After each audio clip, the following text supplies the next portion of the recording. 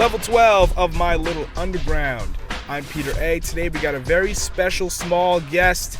It's Karah Goldstein of Long Island Rising Stars' Smol Data. And she's actually playing a show that me and the homie Connor of Secretly Public are putting together July 21st at the Velvet Lounge, 10 Woods Corner Road, East Setauket. So far, we got Giants, Headless Elvis on the bill, along with Smol Data. Much more will be announced, so you can follow me on Twitter and Instagram at Peter A Radio. Come hang out with us. The Velvet Lounge, East Setauket, 10 Woods Corner Road. Doors are at 8:30. Show starts at 9. But right now, let's get this show started with Miss Karah Goldstein. Smol Data on My Little Underground. You did a show at Amityville last Friday. Yes. Right? How was that? Oh, it was awesome. Amityville Music Hall, not Revolution. Right. For people that are listening. Yeah. Yes, very important. It was great, honestly. It was one of our best shows. Unfortunately, our guitar player, Jorge, couldn't make it because they were on tour with their band, Fear Not. But, so we played as a 4-piece, and I was nervous about it because we hadn't played as a 4-piece in a while, but it was honestly really good. There were a ton of people there, a bunch of my friends, a bunch of people bought shirts. That was really cool. Normally we don't really sell much. We sell maybe 1 or 2 shirts per show, but so many people got them, and I was like, it was crazy. Yeah, I don't know. It was a really great show. It filled my heart with joy. Yes. Queen of Jeans, great band. All the bands, Table Talk and Oso, obviously, are great bands. Everyone on Long Island knows that already, though. Yeah. That's universal knowledge. Yeah, Oso was really cool. Queen of Jeans from Philly, band to watch. Yes, Very, yes. very beautiful. Top Shelf, right? Another Top Shelf band? Oh. Anything on Top Shelf, I feel like you can trust. Yeah. Rap Boys, so who else is on there? Ginger Lee's when they were around. Goblin Jr. Goblin Jr. Still? Yes. Still? Okay. I think Gob actually just kind of signed with them. They just, she just released her first record with Top Shelf. Why do I have a feeling that she's on Father-Daughter? That's not true. No, but that's a fair guess. She definitely sounds like something that would be on Father-Daughter. Yeah. Or Mom and Pop. Yeah. She would fit in with Mom and Pop, definitely. When did you go on? First band, second? We were first. You were first? Yes. Okay, all right. Still, a ton of people were there already, just the minute that doors opened. Yeah. You felt like you had a lot of friends that were there. Oh, yeah. Like people that I've been hanging out with for years. Seeing at shows for years. Did you meet anybody that you didn't know? Yeah, absolutely. Yeah. Well, I met Queen of Jeans. Okay. And they were really nice. No, people that watched the show. Yeah, actually, there were a few people that came up to me, like, at the merch table who were just, like, talking to me, and they were just like, wow, this is really cool. I remember, like, someone I was talking to said they were a little older, and they were like, I'm 30, and when I was 20, I'd never met anyone, like, making music like that. And I was like, that's really cool.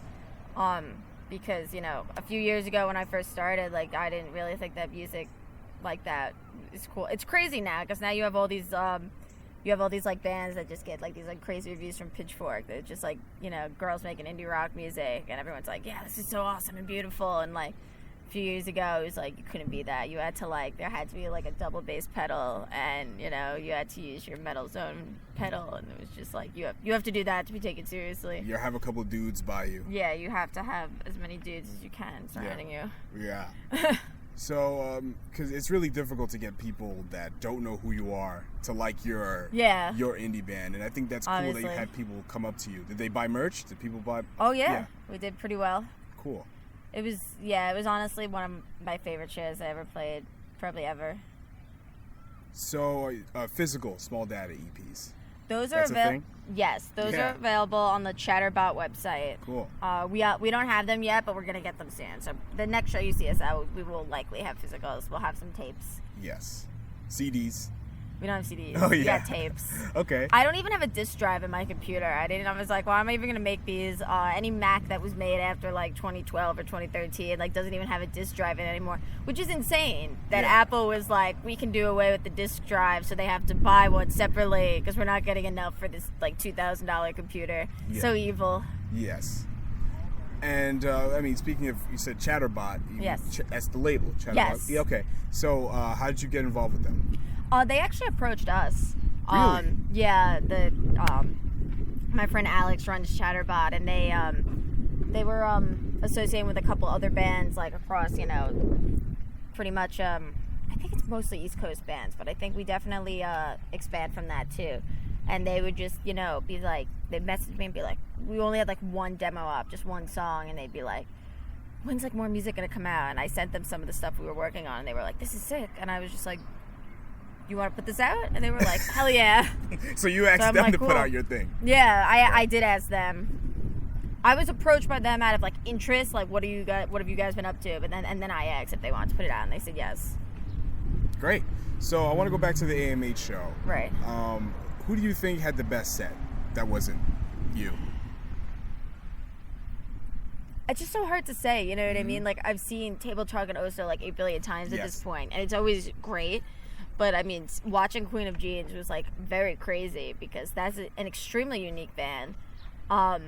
You're getting these, like, early 2000s pop melodies, and you have 3 people harmonizing. And I was like, holy, you know, but Jesus, I have never seen anything like this before. You can curse. I can curse? Yeah. Fuck. Yeah. Anyway, I'm sorry. I'm from remembering the radio show the other day where I couldn't curse. No, you could. You're good. Yeah, I was like, oh my God, this is so amazing and beautiful. And it reminds me... Cursing. It reminds me. Cursing? Yeah. You're like, this is amazing and beautiful. And I'm thinking, cursing is amazing and beautiful. Cursing is yeah, amazing. Also, yeah. it was fucking amazing and beautiful. Yeah. There you as go. hell. Damn it. Yes. And yes, and it was a very wonderful set. So I was like, this band is very cool, and I love them. It reminds me of Isley. Do you know the band Isley? No. They're a band I really liked when I was younger, and they're still putting out records. They're really good, but they also have 3 girls in the band, and they all harmonize with each other, and that's what like makes it like such a unique group that you have like that many harmonies.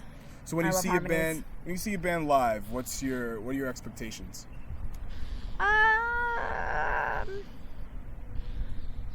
It's hard.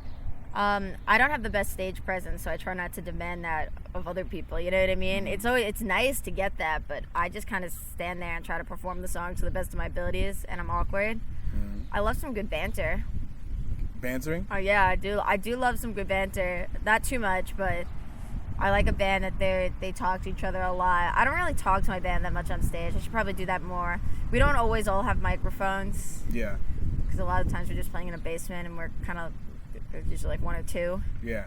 But I love to. I mean, I remember one time my old band played a show, and like it was one of the only shows where like every single one of us had a microphone, and we were just like screaming at each other the whole time. It was really fun. Screaming? You Yeah, mean not like angrily, criticizing? but just like going back and forth with each other the whole time. It was just very funny, and I had a good time. You know what I mean? So when you go see a band for yourself, you like banter? Yes. Okay. I hate banter. Can't stand it. I know. I'm sorry. Yes. No, I'm sorry. Don't apologize. The minute for I that. said it, I was like, wait. Because I went to a lot of the best bands I've seen didn't say a word, and just kind of their performance said a lot. Yeah, I mean, you know? it all depends. You know what I mean? Yeah. There's sometimes banter's annoying. Sometimes I feel like if you have like a lot of really great personalities, though, I do enjoy that. I had my Blink-182 phase for like years when I was in high school, and they would just like call each other dickheads the whole time, and I was just like, this is what I want to do with my life. Yeah. So I'm still trying. It's cool if you have a lot of people, like a band like Smol Data, that no one really knows about. Smol Data. But when you go to a show and you see a lot of people you've never seen before and it's packed, then you have to say something like, "Oh, thank you guys for coming. This is crazy." Yeah. You know? I hate how there's like this like list of things I like have to say when I'm on stage. Why? What are those things?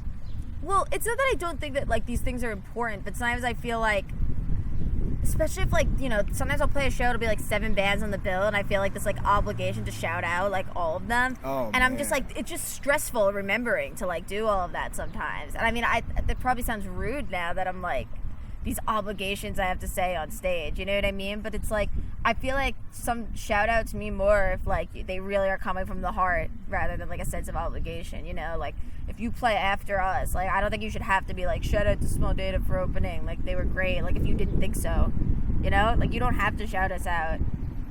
I mean, when I see bands, you know, like some of the really great bands I've seen, like Screaming Females, Right. The bands that they tour with, they'll say, you got to listen to them because if you like the music we like, you got to check them out. Right. But if you're playing on a bill with like 7, 8 bands, like that's horrible. You know, it's like it's usually not 7, 8. But sometimes like I don't think anyone should have to get on stage with like this like script of like these are the things like I have to say on stage, like I have to shout out like everyone involved in this.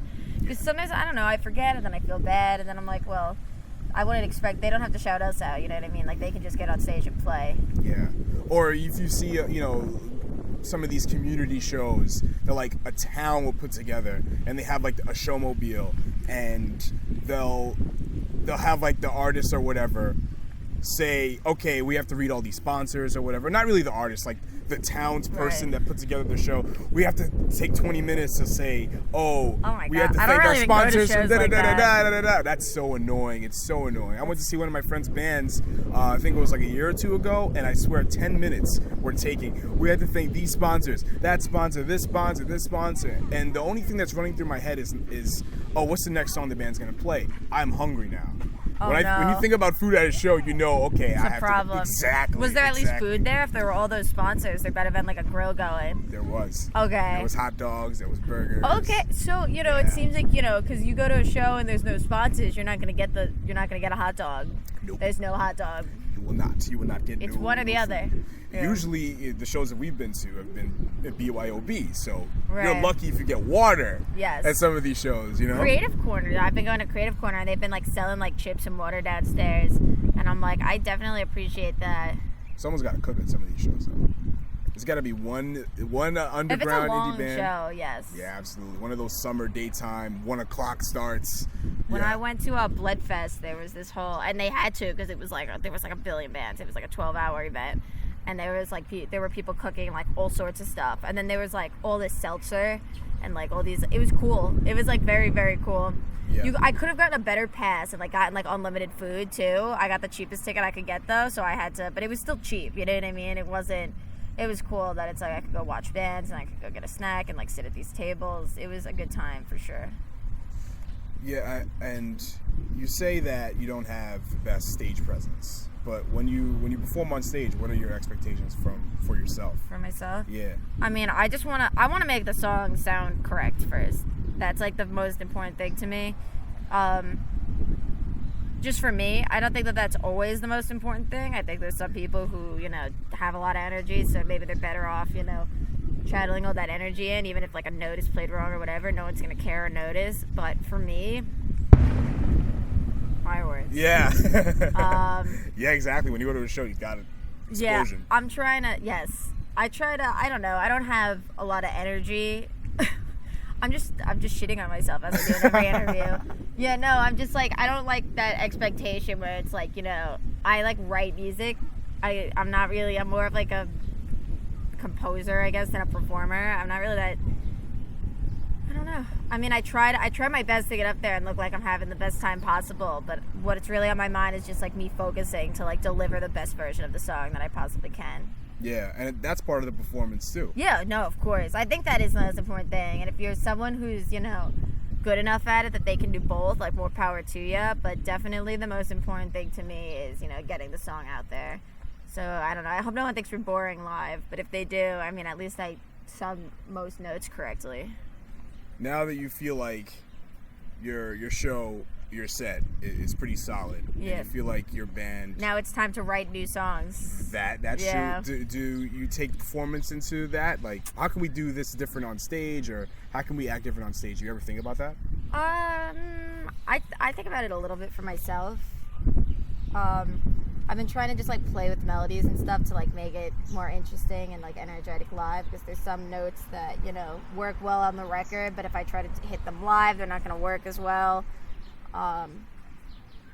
So yeah, I've been trying to just, revamp old material and make it more interesting. You're not really asking about that though. You're asking more about like just like physically my performance. No, I don't think enough about that. I miss times where I'm supposed to hit my pedals, and I should stop doing that. I need to get better pedals because I got the cheapest ones I could on the internet, and now I'm like, maybe this wasn't the best decision. Maybe I should get some better pedals. But I also have no money right now, so I'm full of problems. Yeah, like most of us. Yeah, of course. But when I hear a lot of your songs, especially on record, they have a lot of layers to them. Yes. Lots going on. That's what I think that's what like alienates me a little bit from my live performance, because like that's the shit I love. Like, he's like going like, we put like a gong somewhere last second on the record, like just because I wanted one there. That's the stuff that I really love. And of course, like, we can't have the gong live. Like, we're never gonna get that gong live. So sometimes I kind of give up a little bit, because I'm just like, you know, yes, we're playing live, but like, are people really gonna get all those layers? Because there's like so many that you need like a bunch of people. I hope one day I can have like 1 million people playing with me. Getting all of it. That's cool. I mean, but when I saw you at the Creative Corner, at your release show, that was a good one, because we had all 5 of us there. Yeah, there was a lot happening. Yeah. I saw all the moving parts. I heard all the things that on the record, especially Baby's Last on Waltz. Right. I saw it all come together very nicely, I might add. Thank you. So I know Smol Data it's your project. And did it start when Cat Like fell apart, or? Yeah, it was just like the continuation of me writing songs. I don't think it sounds that different. I just decided it was time for a change. Yes. Do you feel like this is what you've always wanted a music project to sound like from your perspective? Yeah, I mean, well, we've already written new songs, and I feel like those songs are even closer.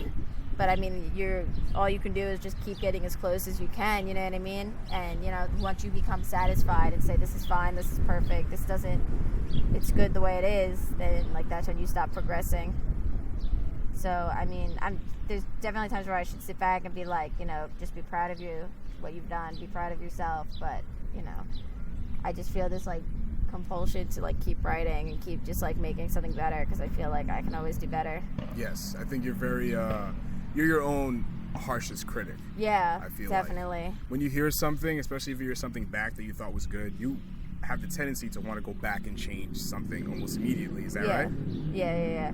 Pretty much anything. That's why I think when we record next, I want to have a bigger hand in mixing it myself, just because of little things like the gong. Like, I messaged the kid who produced us, like right before we put it out. I'm like, I need a gong here, and I just like there's other things too that I'd like especially with like little percussion things, like, oh, a shaker here would be so cool and stuff like that. And I feel like I'd love to just like have access to all of those files, so I could just listen to it back and be like, okay, what else does this need? What else does this need? Oh, what if I put like bongos here? That'd be really cool. And then I can just do it myself. Absolutely. But I feel like with this project, I feel like it's a lot different than what you've done before. I think it's a lot more calculated and just sharp, and you're paying attention to what's happening here. Can you tell me any specific differences between this project and your other musical endeavors? Well, I mean, most of the Cadillac recordings are just me playing everything except for drums. This one, I only play guitar and sing on this one. I didn't write any of the key parts. I didn't write any of the bass parts. Matt and Jill contributed all of their own parts to that, so that's a pretty big difference.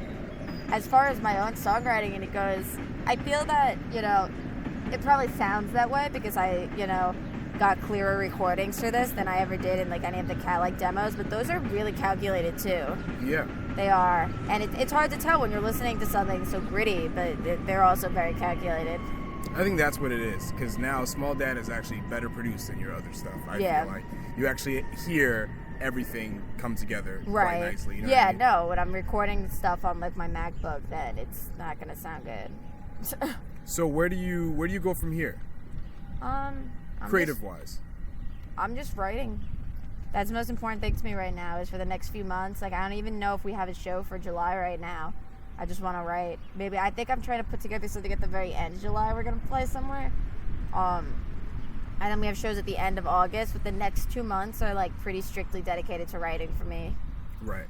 I just quit a job. I obviously need a new job, but yeah, so that's what it's. I think today is the last day that I just like coasting, because it's been almost 2 weeks now, and I'm like, you gotta get it together, bitch. Yes. Like, you need a job. Because right. It was very freeing for like the first week, but now I'm just like, I can't just like wake up with no purpose every day. Like, I gotta go to work.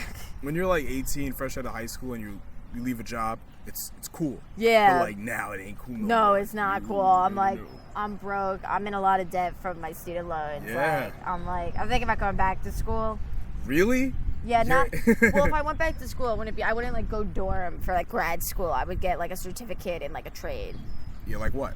Well, I'm thinking about going back for like audio engineering. Oh, there you go. That's important. So I feel stupid because I'm like I could have just learned that at the first school I went to, but I just did not take my education seriously. I was there because that's where I was supposed to be, and I was busy doing music stuff. And I feel like I half-assed both. I half-assed music because I was getting my education, and then I half-assed my education because I was doing music. And I think that was like the crucial flaw. So now music is your big focus. Yeah, it is, but I also need a job. Yeah, to pay for that. Yeah, like, you know, that's the thing is that I have so many friends that are like, they do well in music, and like they still don't have like a fraction of the money they deserve, or the fraction of the money that you need to like survive in our economy, you know? So I'm like, even if I was like doing like 10 times as well as I am right now, I still wouldn't have enough money to do what I want to do. Yeah, I hear that. And when we talk about writing songs for you, do you want to make some sort of commentary? You want to talk about personal experiences, or do you want to just create a feeling? Well, the album we just put out mostly, I think, was just creating a feeling. I kind of, like, melody is very important to me, and I feel like a lot of the words that I used are just kind of trying to create that feeling. But I'm starting to not like that much, because I really want to, you know, the bands that like mean the most to me are like the ones with like the lyrics that are like, you know, really hit home in a way that like, I'm like, oh shit, like I've never really heard anyone like say that way before, but like I've always felt, yeah, like he's right, you know what I mean? Like I'm a big Say Anything fan. Do you like Say Anything? No. No? I never listened to him. So. Okay, well, he's like making a lot of social commentary in his music. And some of it's annoying, but most of it's, I was like, when I was like young, I was like, yeah, everyone is fake, except me. And right. that's pretty much the band. And that's what I want our new record to sound like. I love Say Anything. I think a lot of our new songs sound like Say Anything. What kind of commentary would you make going forward if you were going to make that kind of music? So, I mean, I think a lot of people do. I don't think any of my opinions are like shocking or that unpopular, but I don't think people are afraid to say them publicly because of groupthink. And people, you know, when you already have like a mob gathered, I say the wrong thing, it's like you guys are already together in the same room, you know what I mean? Like you could just like yell at me next, and I don't really want to get yelled at. So I'm just gonna complain about it in songs and still be too weak to say anything publicly. Well, there you go. That's a piece of commentary. And then all the people that I disagree with will listen to the song and be like, hell yeah, fuck yes, this rocks, I agree with you. And they're not going to realize that, like, you guys are kind of the problem. I think it's cool to, you know, to agree, but, right. And also to have your own, you know, way of thinking. You know what I mean? You don't want to just, again, you know, go, because there's a lot of, like, social media activism versus real activism. Just like the game of telephone that everyone is playing all the time. I'm just like, this is, like, it's scary to watch sometimes. How something can snowball and just like become something it's not very quickly. Very. Yeah, that's the era we live in. Because you can find something that's problematic with everything. If you go deep into the internet, everything it will be problematic. Everything. If you're like, you know, if you have a bunch of eyes on you and someone like is putting you under a microscope like that, what was I gonna say? Telephone. Yeah, telephone. Yeah, I don't know. It's creepy. I don't like it. So, you know, talking about your personal experiences on Smol Data, you know, Jetta 2. Is that a reference to you driving a Jetta? Yeah. Or, okay. I had a Jetta like 2 years ago, and then I got into like a minute accident that was very stupid and my own fault. And it was totaled, but it really wasn't totaled, basically. It's fixed now. A mechanic fixed it. My mom sold it to a mechanic because I went back to school and he fixed it, but he kind of framed it like, oh, this car is not worth enough to fix because it was kind of an old car, but like he fixed it because he's a mechanic. But anyway, so but I really love that car, and I loved it so much that when I came back from school a year later, I got another Jetta, and that one's not as nice. If I'm being honest. What's wrong with your Jetta now? What isn't wrong with it? The brakes are terrible, first of all. Yeah, I don't even really... I drive my parents' car a lot, because honestly, I don't even feel safe driving that one, and my parents don't feel safe with me driving it. The brakes are terrible, and I have a couple windows that won't go down all the way. I swear to God. But you had a... There's probably bees in it. Yeah. I haven't even been in it, and like, yeah, definitely. Like, I'm like, I don't want to drive with a bunch of bees.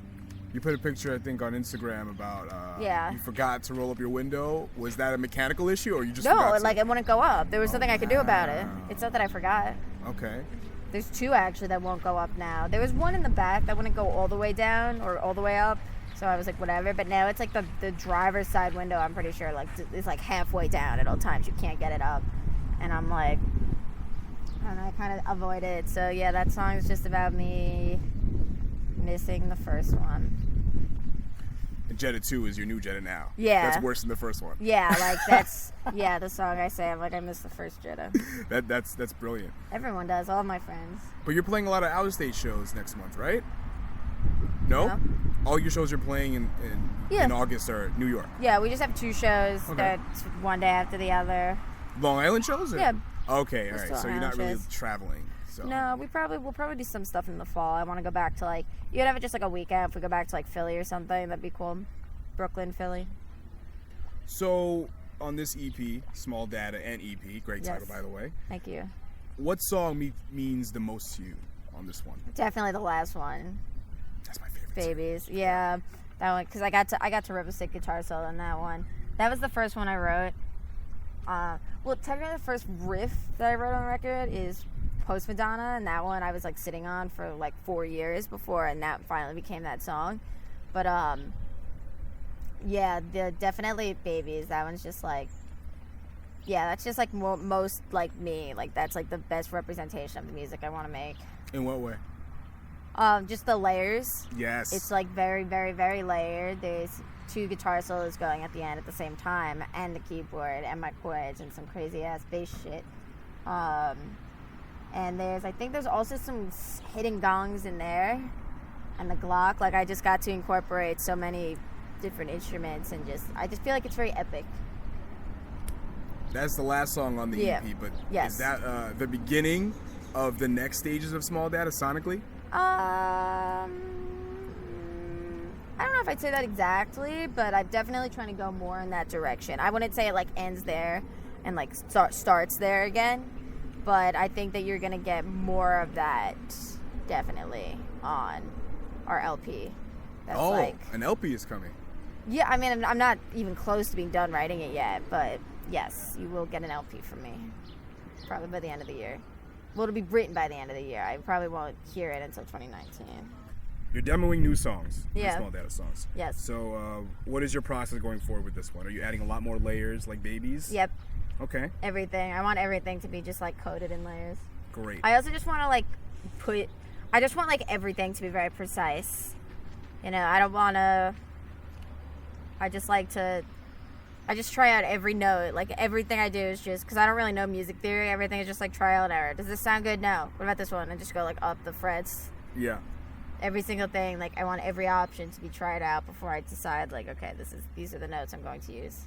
I remember when we went to see Charlie Bliss. You were demoing some Smol Data songs, and the things that you showed me, I couldn't get a perspective on what I think we they were just like sounded playing live, and I just like shoved my phone in your ear of us like practicing live. It was terrible. You just could never couldn't. understand. Right. But the end result was great. So how much of the next Smol Data project do you have demoed? I have 4 solid demos right now, but even those aren't done. You know what I mean? They're like enough that if I showed them to you, you'd be able to like you'd get it, like you would hear what's going on. But not all of them have like bass in them and whatnot yet. But there's like a lot of there's solid foundations. You know, I got my drums going. I have a bunch of the leads are written and whatnot. And then I have a couple I have songs that like I could play them for you live right now, just me and my guitar. But that's pretty much all that exists right now. Okay. So I have to go bring those into the workshop and be like, okay. Into the workshop, meeting your bedroom. Meeting my room, yes. I have a new interface now. I Yeah. upgraded from my iRig to a slightly more advanced interface. Yes. Yeah. What is this interface? Walk me through this. I forget what it's called. It's like a very common like cheap interface that people have. So you got your laptop, you got this interface thing, Yes. and what else? What else is there? You have a board, you have a mixer? No. No? I got shit. Oh. I have nothing. We're talking on a recorder. You know what I mean? We all got to upgrade. I use my internal microphone to record most things. But those are terrible. Yeah. It's terrible. This is I'm demoing though. This is a Mac, right? Not, yeah. Oh, it's right. good enough just to. It's good enough just to record demos. All right. But when you actually get to recording the songs, putting them together, I don't know 100% what I'm going to do there yet. I'm definitely not going to use my internal microphone to record like actual. Yeah. But I might buy a better microphone and still do it myself. You know, I know that. I think it's probably going to be done kind of in pieces. You know, I have a friend that wants to help us out with it, who they can record like drums for us in a studio. So I think it's important that drums are done in a studio, and then, you know, I have a lot of friends that have like kind of like basement studios. So I feel like I could probably do like acoustic guitars in my room, and I could probably do like bass stuff in a room, you know what I mean? Mac could record bass, you DI the bass. That's, you know what I mean? Because I don't want to like waste money on studio time for things that like ultimately you kind of can do yourself. But as far as mixing and mastering, you gotta send it somewhere. Yes. That mastering, I would definitely be sending it somewhere. Mixing, well, I think what's gonna happen is I'm gonna have drums recorded elsewhere, and I'm probably gonna need help mixing the drums. And then I'm probably gonna try to mix guitars, vocals, bass. I'm gonna try to mix a lot of that myself. Then I'm probably gonna give it to someone else, or at least have it, you know, have someone else take a look at it and maybe make some adjustments, because I don't know that much about EQing and frequencies and whatnot. And then I'll send it out to get mastered by a very credible source. Do you ever worry about Yes. You ever worry about the success of other bands? Does that ever lose focus? You said, do you worry? And I said yes. Yeah, no, of course I do. Mm-hmm. All my friends are like 2 years younger than me, and they're more successful. In what way? I'm old. They just have more fans and more clout. Clouts? Yeah, no, sorry I said that word. You can beep that out. Why do people hate the word clout? I've been hearing that a lot. It's the worst word ever. Yeah? Why do people hate the word clout? Yes. A word that means social capital, and they're using it seriously. It's embarrassing. Yeah. I thought it just meant like, oh, you have popularity, you have respect. Yeah, I mean, it doesn't have to be evil, but like it is. It didn't have to be evil, but now it is. Does the success of your peers kind of help you kind of deteriorate your focus of your band? Do you get distracted? Yeah, no, I have a lot of songs about how, especially with like, I feel like me and my friend group spend so much time just like being like essentially groupies for some of these dude bands, not in like the creepy way, but just like a lot of these people that, you know, they're probably not in school, and they're just like touring full time, and they're gaining a lot of popularity. I mean, my friends, we love them, so we wanted to like be on their freaking hype train at all times. And I've spent so much like time and energy like being a fan that I think it did kind of deter me. I'm just like, you can write music too. Like, I don't know why you're spending so much time like being like other people's like hype person. Right. Yeah. It's just like unrewarding. It's not as rewarding, of course, as like being the artist yourself. But how do you come back to reality? How do you get back to yourself? Like, okay, let me just worry about Smol Data. I mean, it's hard all the time. I'm sure it's hard for everybody, but I mean, graduating really changed that, where I'm just like, you need to, because now I feel I'm older now, you know. When I was like a teenager, I felt like I had so much time left to like do the stuff I wanted to do, but now that I'm older, I'm like, the clock is kind of ticking, you know what I mean? Like, most people don't put out their first record, like they put out their first record when they're pretty young. So you think like as you get older, the time that you have to put out music is limited? Is that what you're saying, or no? I guess I feel that way, even though I know it's not true. You can write music whenever, you know what I mean? It's ridiculous to feel that way. It's not true. I know it's not true, but I feel that way. Because I think the generation or two before us, a lot of artists around our age will get famous so quick and become not famous so quickly. You're right. Or sometimes they die. Yeah. You know, and you're right. Now we live in a time where we, especially like with rappers and in other kind of genres too, like people in their 40s are still making some of their best work. Yeah, no, you know? You're 100% right. You're right, because I see, you know, every time I go on Pitchfork, it's like this, you know, 19-year-old singer-songwriter, and I'm just like, shit, like, she's doing this at 19. Like, I'm 22 and I haven't done that yet. I'm like, now I feel like, oh no, like I should have done that at 19. Like, this is what I should have been doing. If I couldn't do it at 19, like, how am I supposed to be able to do it now? Like, am I even, like, is this really my calling? And then I'm like, you need to relax. Like, everyone works at a different pace. Not everybody's a prodigy. Yeah, no, not everyone's a prodigy. Not everyone can. Not that I want to, like, discredit the work that these people put in. I'm sure they all work just as hard as I do, harder than I do. But, you know, not everyone, you know, there is the luck factor to it. You know what I mean? There's a money factor to it.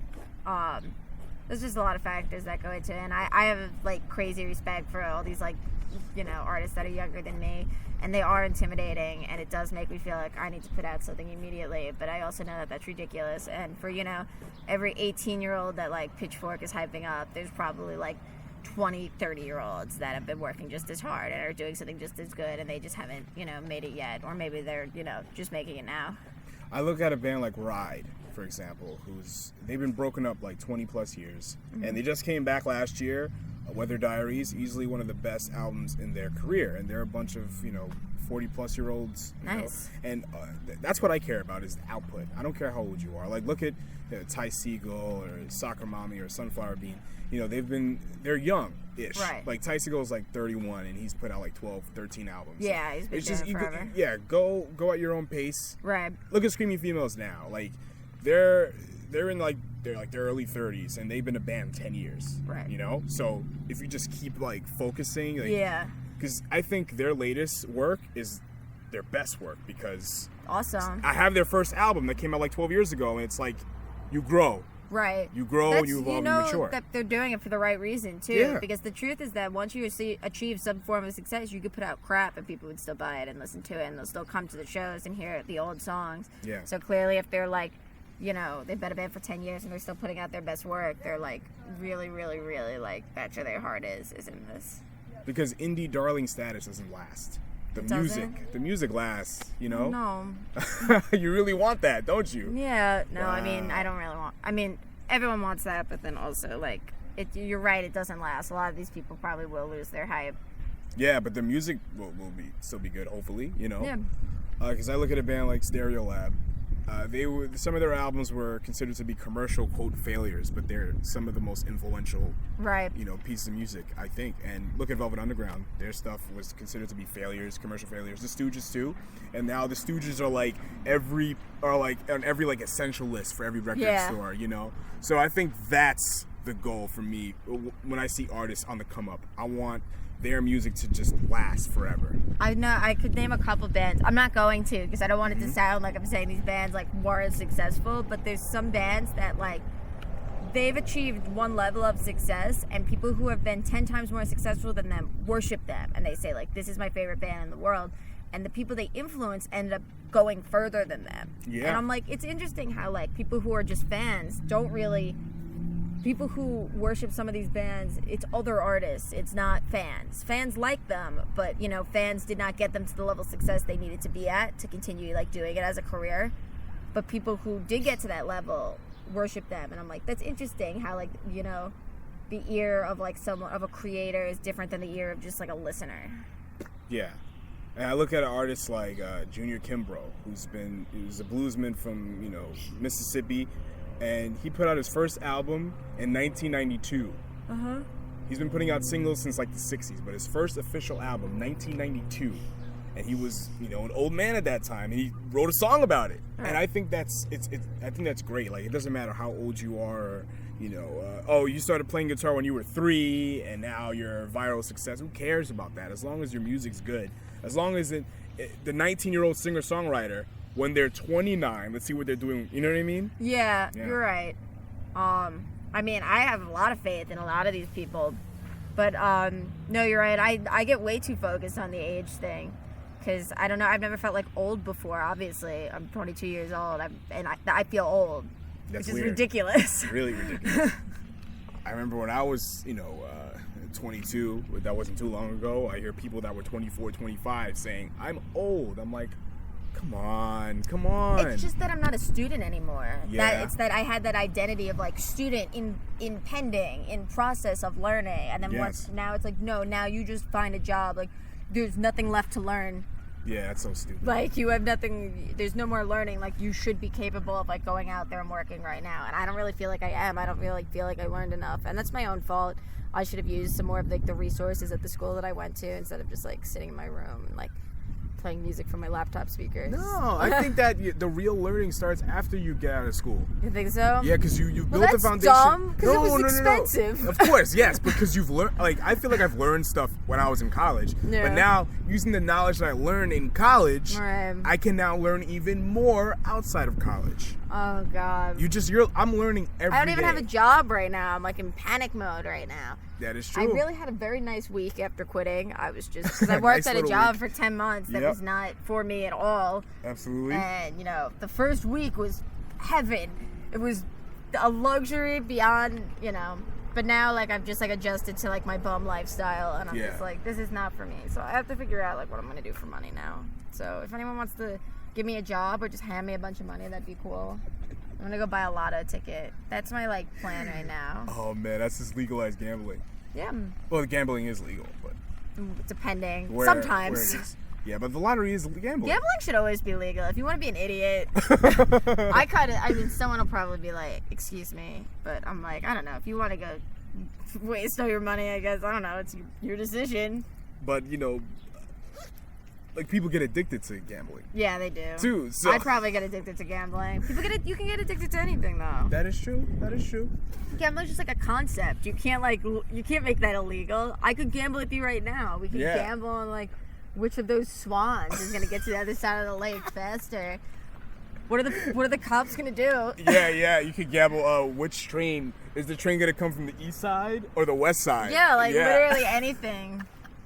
Yeah, absolutely. But you're actually really good with music, you know, recommendations, I think, because a lot of people. Did you listen to Sydney Gish? Absolutely. I was just about to talk. Yeah, absolutely. Listening to her in the car again. She's great. She's one of the 20-year-olds that I think are going to be here at 30 and 40 and 50, like, 100%. Because she interns for one of the big record labels. I forgot what. I don't even know. Yeah, I don't even. Yeah. That's the least of my, interest. I'm just like, this is like the most creative music I've ever heard. Like, oh my goodness. A lot of moving parts. A lot of samples and stuff like that. A lot of beautiful harmonies, I think. We got compared to her by The Alternative when they wrote about us. I love them. I didn't know who she was at the time, and I was just like, that's interesting. They were just like, this band is more of a Sydney Gish than a Frankie Cosmos. And I was just like, well, I like Frankie Cosmos. I don't know what that means. And then I was at Sydney Gish. I'm like, okay, I get it more now. Yeah. And I'm like, also, I really love this. Just like, exactly what you're talking about, the moving parts. Mm-hmm. It's interesting because there's like...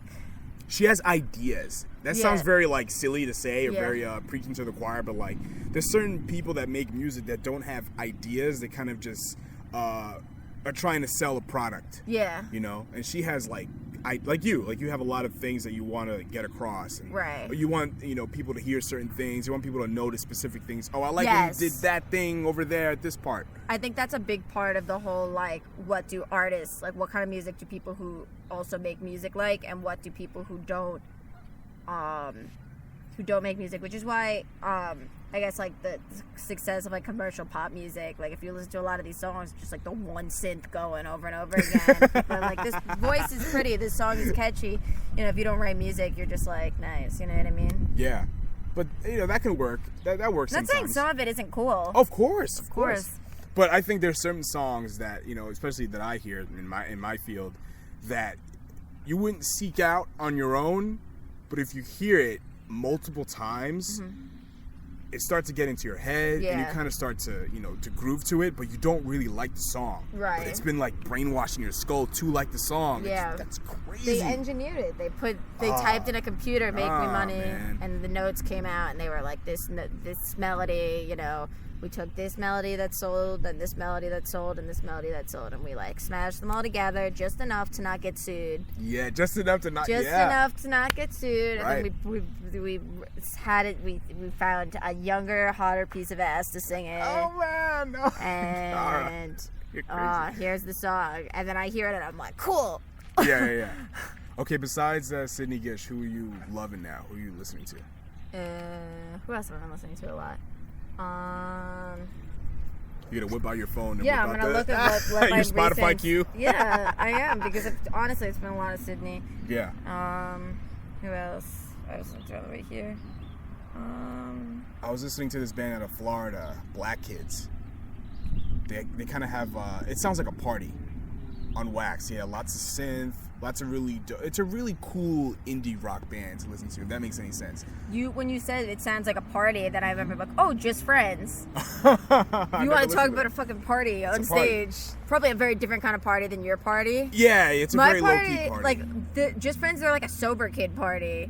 Yes. Like, they're not That's what even... Black Kids are. It's kind of, yeah. Really? Kind of sober kids, yes. There's, We're not really here to get high, but if you are, that's cool. We're all just hanging out. That's definitely, it's definitely Just Friends. They were crazy. I saw them live the other day, and they were like 11 people. There were 2 trombones. There were 2. 2 trombones. They were like, yo, we need another trombone. Yeah. And I'm like, you did. Like, I can't believe it. But, like, you didn't need one, but, like, I'm so glad that you did. I'm obsessed with brass and music now. I don't know what it is. Well, of course. Like, brass is amazing in music. Yeah. It's the classics. Yeah, it's true. I was listening to Ty Segall, his last album, Freedom's Goblin, and the opening song, Fanny Dog, I think it's called Fanny or Fanny Dog. I forgot the name of it. But it's about his dog, Fanny. Nice. And there's a lot of just brass going off. I'm like, this is it. This is what I want to hear, especially when I'm running. I love, like, different things happening on a song, and especially a song like 5 Foot Tall. It's just, I love that. I love saxophones. Well, not 5 Foot Tall.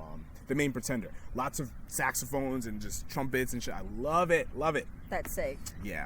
I need to get some more. I like when I get to listen to brass, but I don't have to listen to ska. Yeah. Like, if you can give me a trombone without the upstrokes, like, God bless your little heart. Yeah. Because love brass, hate upstrokes. Yeah.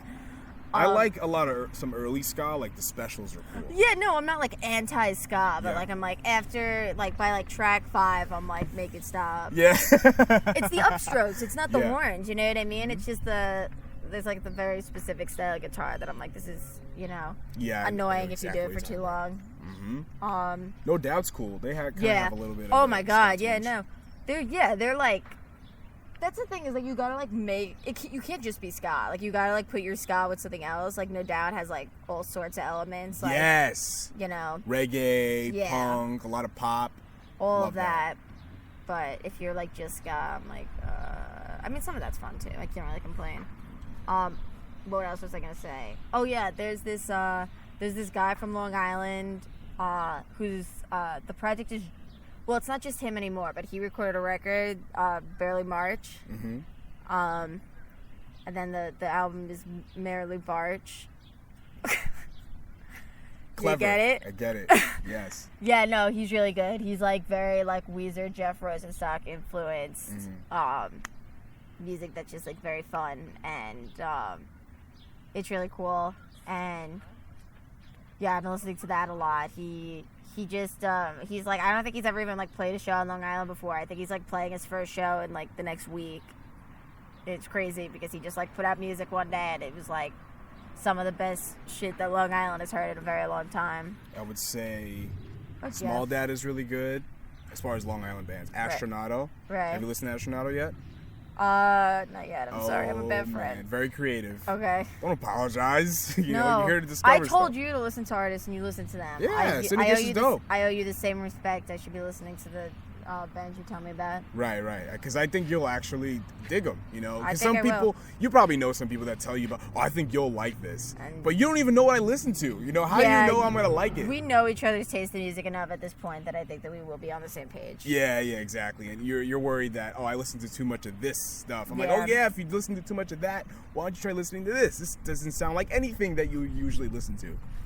So, we're halfway through the year, and what I usually do for the past couple of years, I kind of just, think about some of my favorite albums of the year, but people are not like me. They don't listen to a bunch of albums, within a couple of months. Right. So do you have, maybe favorites? 5 albums that you've been listening to a lot this year? The Goblin Jr. album, okay. definitely. I haven't heard it yet. I heard a couple songs. Barely March and Sydney. The Sydney album, I'm pretty sure actually came out on the last day of 2017. December. Which is just no. It's an 18 album. Yes, and it's going on my 18 list. How could I have known about it on the last day? That's true. Ridiculous. You deserve to be on a list. There's that Hop Along. The Barely March album I was telling you about. And I gotta save the last spot for the Mitski album that's gonna come out next month. Right, I heard the two singles, Nobody and Phenomenal. Geyser. Yes. Geyser, yes, beautiful. Mitski has never done wrong, and from what we've heard so far, she's not going to anytime soon. No, she's really reinventing herself. I think it's really cool that she's not just, okay, let me just put a lot of fuzz on this chorus. Right. It's more like, okay, let me... Not that the fuzzy stuff on right. American Girl was bad. It's just, I like it, but she's doing something different. Yeah, every Mitski album is, like, very different from the last, and, like, every song is different from the last song on, like, in the records. Do you know any of, like, the old Mitski songs? Yeah, Are those more your cup of tea because they're a little clearer? No. I mean, it's cool and it's pretty and she sounds great, but I kind of love the direction of where she goes on like Bury Me. Yeah, Makeout Creek and Puberty 2. I love that direction. I love the fuzzy guitars and the really sharp knife cutting melodies. Yes. She's a really good singer, like a really seriously good singer. Yeah, she is. And she has a sharp ear for like melody, and I think it's just infectious. And she can, I don't know, her songs really kind of touch you, like emotionally, just hit you here. I don't even know what she's talking about some of the times, but I just feel it. I feel what you're saying. You know? Love that. I think it's so great. What else have you been listening to? Oh, that's it. Just Mitski. Those are the 5. Yeah, I pretty much just listen to Mitski.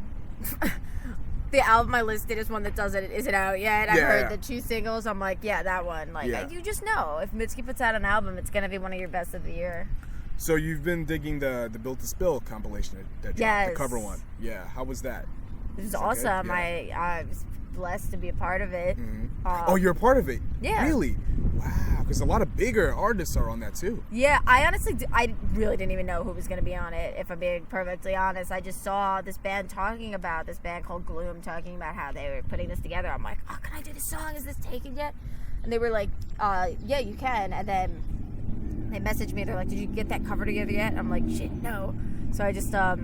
I finally was able to get it together. I recorded this cover, and I ended up being really proud of it. I like put tons of layers on it. I did some like really weird stuff with electronic drums that I didn't plan on doing, and I was really proud of it. And the next thing I know, I was like, yeah, like Great Grandpa's on this comp, and I was like, I had no idea Great Grandpa was gonna be on this comp. Those are really good ways to discover music, I think. Those compilations. But so the people that were putting together the Built to Spill cover comp, did they reach out to you or did you? I reached out. Oh, okay. Yeah, I saw them talking about it and I asked if I could be on it. Wow, that's awesome. I think, cover albums are kind of cool if they're done. I think in small doses, because the Black Keys did a cover tribute comp to Junior Kimbrough, and it was fantastic. It was so goddamn good. Even if you don't know who Junior Kimbrough is, the way they did the songs were just fantastic. And the last track was a voicemail for Junior Kimbrough's widow, and she basically thanked him for putting his songs out there, and she thought that they really did him justice, and I think that's really cool. That's sick. Yeah. So you like Built to Spill, right? Yeah, I They're love one of your Built to favorites? Spill. Yes. Oh, okay. I'm like scared to say that because I don't want to be like quizzed on like Built to Spill. Not that I think you would do that, but I don't want. No. I never listened to them. They're really crazy good. If you like just like excellent creative guitar work, like they're maybe the best in the game. Yeah. But yeah, no, I love Built to Spill. I don't know like every song they've ever made, but I do really like them, and I got to cover like one of my favorite songs, at least lyrically, one of my favorites on that album, on the cover comp. So that's really cool. I really like full album cover comps. Me and my friends are talking about doing a Carly Rae Jepsen cover comp on Twitter right now, and I mean, I guess it was like half a joke at first, but now a bunch of people are like, I want to be on it, and I'm like, honestly, I don't think it would be hard to get like 13 people together to do this Carly Rae Jepsen cover comp. Why not? Yeah, I think I'm gonna do it. But I want to hear the Smol Data album first. Yeah, that's definitely like priority. I was gonna say something. Something came up in my head about it was something. It'll come back to me. It'll come back. What was any shows that you're going to recently? Any concerts that you're looking forward to? Yes. Yeah. I just got 2 tickets the other day because this is what I'm doing. I'm like, I don't have a job. What should I do? Buy concert tickets. I'm like, I might as well buy them now because in 2 weeks, all my whole savings account will be run dry and I won't have anything. So I bought Mitski Sydney Gish tickets. I'm actually going with some friends all the way to New Hampshire for that. What? Yeah. Wow. I had a friend that was driving up, And they were like, let's go. And I'm like, all right, let's go. And then there's the State Lines reunion show with Maxiel, Anxious Hum. Oh, wow. Tomahawk Chop, and a band name I can't pronounce. It starts with a K. I don't know how to pronounce it. Yeah. It's a confusing word. Oh, we got to go to Courtney Barnett and Vagabond. Oh, right. Wait, when is that? July 25th. I might be able to do that. Yeah. I should be able to. I hope it's not sold out. That's my I wonder homework. what job I'm gonna what kind of job am I gonna get? Oh yeah, you're buying concert tickets. And I'm just wondering. I'm like, am I gonna have a job where I'm gonna be working nights and it's gonna be hard for me to get off for a show? Yeah. Or am I gonna have a job where I work mornings and then I can do whatever I want at night? Yeah. And what's worse, because that one I have to get up early and one I have to skip events that I want to go to. That's how I feel. That's how I felt buying concert tickets and stuff like that, because my business in radio, like. One day I'll be working nights, someday maybe afternoons or more. So it's so weird, but yeah, I definitely want to see Courtney because I loved her last album. Tell Me How You Really Feel. Did you hear it? No, I didn't listen yet. I love the first one. You gotta hear. So yeah, I can't imagine really I wouldn't like this one. It is gorgeous. It's so good. It has to be. She's like on another level. Yeah, and she's young too. She's like 29. 30? Wow. Yeah, she's mad young. I feel like she blew up overnight, unless I was just not paying attention for a while. I think she had. This is how I discovered her, like the old-fashioned way, like listening to the radio. Like FUV did a live concert of hers, like 3 years ago. I saw her on SNL like 2 years ago. Yeah, 2 years ago. Really? I think it was 2 years ago. And she was popping back then, because I remember she played a show at Terminal 5 with Speedy and Torres. Right. Sold out, like real quick. Oh yeah. Yeah, she's amazing. And so is Smol Data and Karah. I wanna. Yeah, we're like exactly the same. Me and Courtney, like we text all the time. Yeah. It's like, how do we deal with all of our One day fans? you'll open for her, I guess. Yeah. Maybe. I hope. But she loves to wear like bands that she likes on stage. Like she wore like a Chastity Belt shirt, cool. Sleater-Kinney. She loves supporting like bands. And she did a podcast with Julia Shapiro of Chastity Belt. Mm-hmm. It was amazing. They just talked to each other. Yeah, and she talked to Kim Deal for like an hour and a half. Wow. It was so cool. And I think the Breeders played on the new Courtney album. Really? Yeah.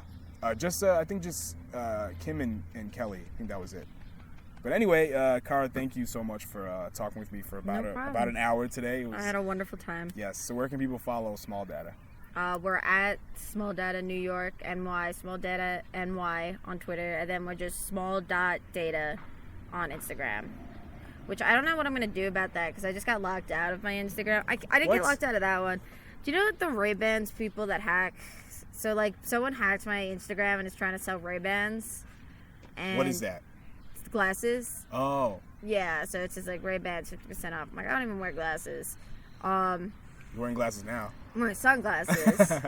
But I guess they sell sunglasses too. I don't know. Anyway, they hacked me and they're like, we sent this confirmation code to your email, and it's my email from my SUNY email that I can't even get into. Yeah. So I'm like, I don't even know how I'm gonna get back on my personal Instagram account. Yeah. I think I can just call them and they'll figure it out for me, but I'm like lazy, so I'm just like been ignoring this problem. Always fun talking with Karah of Smol Data. It's level 12 of My Little Underground. Don't forget, Smol Data doing a solo set. It's just Karah, so I guess we can call it macro data, micro data, whatever you want to call it. She's playing over at the Velvet Lounge, East Setauket, July 21st. Me and the homie Connor of Secretly Public are putting it together. 10 Woods Corner Road, East Setauket, the Velvet Lounge. So far, we got Giants, Headless Elvis. More to come. Make sure you hang out with us again on Twitter and Instagram at Peter A Radio for more information. It's level 12, My Little Underground. I'm Peter A. Peace out.